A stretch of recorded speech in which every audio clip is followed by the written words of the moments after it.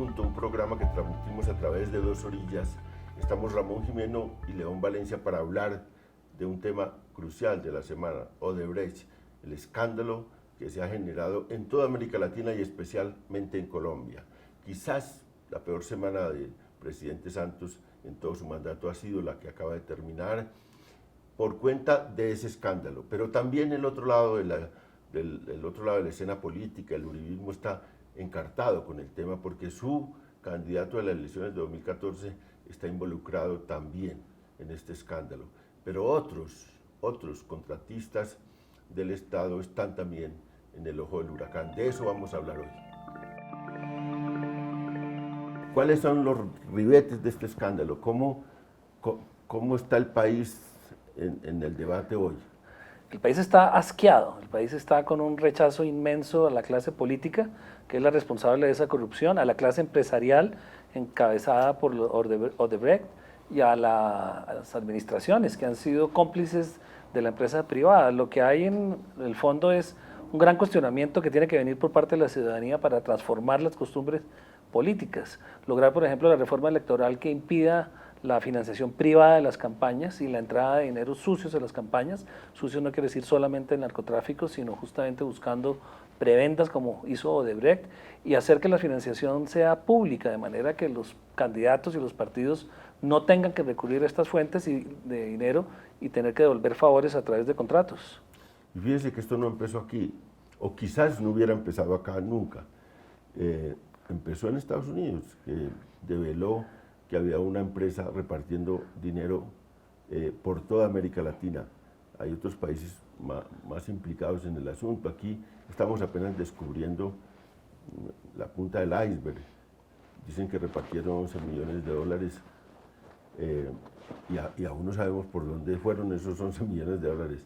Pero ya lo más importante tocó, digamos, la campaña de 2014, que es una campaña metida en escándalos muy grandes. El del hacker, Sepúlveda, y la infiltración y la acusación mutua de que se infiltraron las campañas, y ahora este de financiación.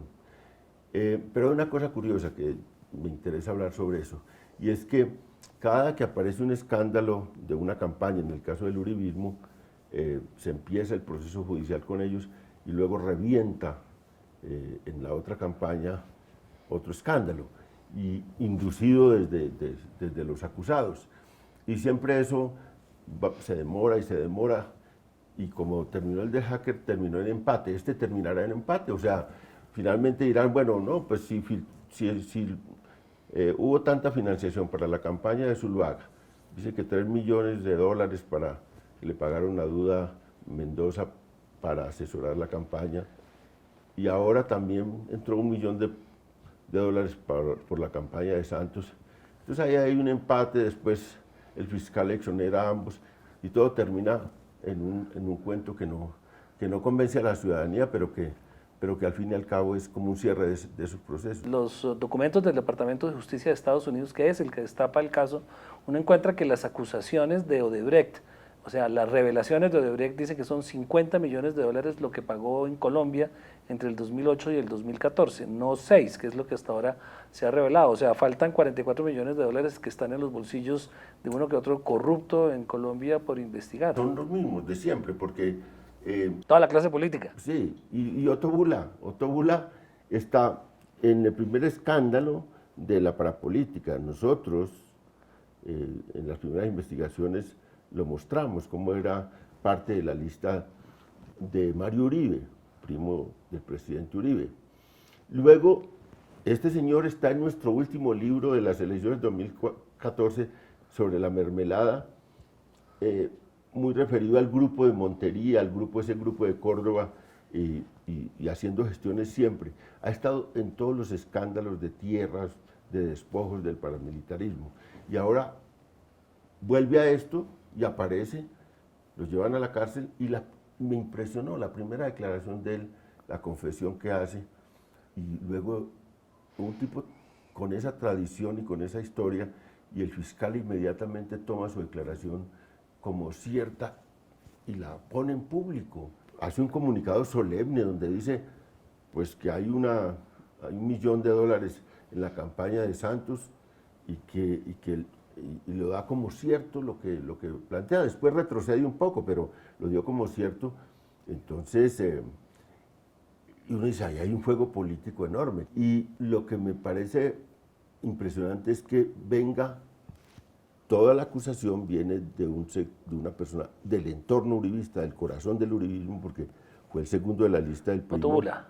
Y Otto Bula siempre ha estado allá, y entonces se toma como cierta la declaración cuando ya el tipo está confesando, él sí, que tuvo unas relaciones con Odebrecht. Entonces, todo esto es muy oscuro, tiene un impacto político enorme. Santos está en una situación muy difícil, porque Santos está jugado en este momento a pasar por el Congreso unos temas que son difíciles de digerir a la opinión pública, la justicia especial para la paz, la JEP, la famosa JEP, está todos los temas de implementación del acuerdo, está tratando de construir una agenda legislativa que pase rápidamente por el Congreso todo este proceso hacia el futuro de la paz, y viene este escándalo que le quita capacidad de maniobra dentro del Congreso, es muy duro, y lo pone frente a la campaña presidencial del 2018 en dificultades para su coalición. Entonces, ahí tiene unas repercusiones. Uno pensaría que las repercusiones en el otro lado, en el lado del uribismo, serían muy grandes. El primer implicado es pues el candidato que sacó casi 7 millones de votos en la pasada campaña. De manera que para ellos también, pero ¿qué ocurre con ellos? Que Uribe salió a dejar caer en el pozo de los leones al señor Zuluaga. Y entonces dice, bueno, y el tipo fácilmente es capaz de dejar a Zuluaga involucrado en el tema y sacar a limpio su partido político, que es realmente el destinatario de los recursos económicos que llegaron a esa campaña. Pero no es suficiente desentenderse de Óscar Iván Zuluaga como si no tuviera él nada que ver en la campaña del 2014, como si Uribe no hubiera tenido responsabilidad en esa campaña y como si no hubiera tenido conocimiento de los aportes que hace el sector privado a todas las campañas. La de Uribe recibió aportes del sector privado por encima y por debajo de la mesa. Todas las campañas lo reciben. Que lo hagan bien o mal eso es otro problema, pero el hecho que Uribe trate de desprenderse, lo que quiere decir es que trata simplemente de demostrar que él sí es capaz de limpiar su propia organización política y con eso se salva. Pues ahí hay mucho descaro y a veces la gente cree esas cosas, porque a renglón seguido está metiendo cosas como estas. Voy a presentar una ley contra la corrupción. Uribe va a presentar una ley contra la corrupción. Ya no solo soltó a Óscar Iván Zuluaga, sino que va a presentar una ley contra la corrupción. Son los descaros de la clase política, pero descaros que la gente a veces pasa por encima y acepta. ¿Qué puede ser una ley contra la corrupción en este caso? ¿Qué se puede hacer para parar ese tipo de ingresos de dineros sucios a las campañas políticas? Pues la financiación estatal de las campañas es la única solución que a uno se le ocurre en ese campo. Pero también hay una cosa que es definitiva, es la sanción social a eso, desde la ciudadanía. Si la gente sigue votando por los corruptos, pues los corruptos van a seguir gobernando y van a seguir gobernando a su amaño. ¿Y por qué sigue votando la gente por los corruptos? Usted vio una encuesta que sacaron en Brasil a raíz de este mismo escándalo, en el que el 70% de los brasileros declara que si es funcionario público y tiene la oportunidad de sacar alguna prebenda de su cargo, lo haría. ¿Usted vio esa encuesta? Se muestra el grado de desmoralización que hay en todo el continente. Sí, la gente no está censurando, con excepciones en el continente, la corrupción. Lo hizo en Guatemala, que tuvo un gobierno, lo ha hecho en otros sitios donde hay una protesta muy grande, pero es poca la censura social. León, puede ser que como el fiscal general ha estado oponiéndose a la justicia especial que va a aprobar el Congreso, que insiste en que se le pase a la fiscalía y no quede por fuera de sus jurisdicciones, ¿detrás de esto hay algún esfuerzo del fiscal político por debilitar la aprobación de esa justicia de manera que obligatoriamente caiga en manos de la fiscalía, la justicia especial? Pues a uno siempre le da mucha dificultad hilar tan delgadito, digamos, pero a mí me llamó mucho la atención que él saliera con el comunicado sobre la presencia de dineros en la campaña de Santos a las 5 de la tarde exactamente, que estaban haciendo la rueda de prensa en Quito sobre la paz del ELN. Y también que en la semana más agitada sobre la Justicia Especial para la Paz, en la que el fiscal tiene una posición de meter esa justicia dentro de la Fiscalía, y lo que se acordó en La Habana es totalmente distinto, hacer una justicia extraordinaria con un tribunal especial, temporal, que juzga precisamente esos delitos desde un lugar distinto a la justicia ordinaria.